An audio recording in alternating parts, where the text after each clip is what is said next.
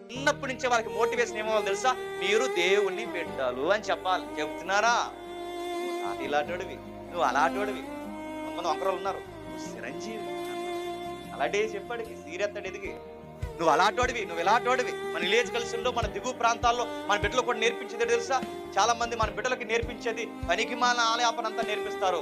నేను మొన్నే చెప్పిన లెసన్ మీకు కూడా చెప్తాను, ఒక మాట గుర్తుపెట్టుకోండి. వాళ్ళకి చిన్నప్పటి నుంచే ఈ తల్లులు కానీ చిన్నప్పటి నుండే జకరే లాంటి వారు చిన్నప్పటి నుండే జోలపాటలు పాడుతున్నారు దేవుని మాటలు చెప్పి. దేవుడు దేవుడు దేవుడు అంటే ఆ వయసుకి వాళ్ళకి అర్థం కాదు. కానీ వాళ్ళు ఎదిగిన తర్వాత ఎందుకు మా నాన్న ఈ పాట పాడేవాడు, ఎందుకు మా అమ్మ ఎలాంటి మాటలు చెప్పేదంటే ఆ వయసుకి ఆ పదాలు అర్థం అవ్వు. కానీ వాళ్ళు ఎదిగిన తర్వాత ఓహో పదాలకు అర్థం ఇదా అని వాళ్ళు ఎదిగిన తర్వాత అర్థం చేస్తాం. మనం ఏమంటాం? ఇప్పుడు అప్పుడే ఎందుకు లేడికి గాలికి తిరగరా అంటాం.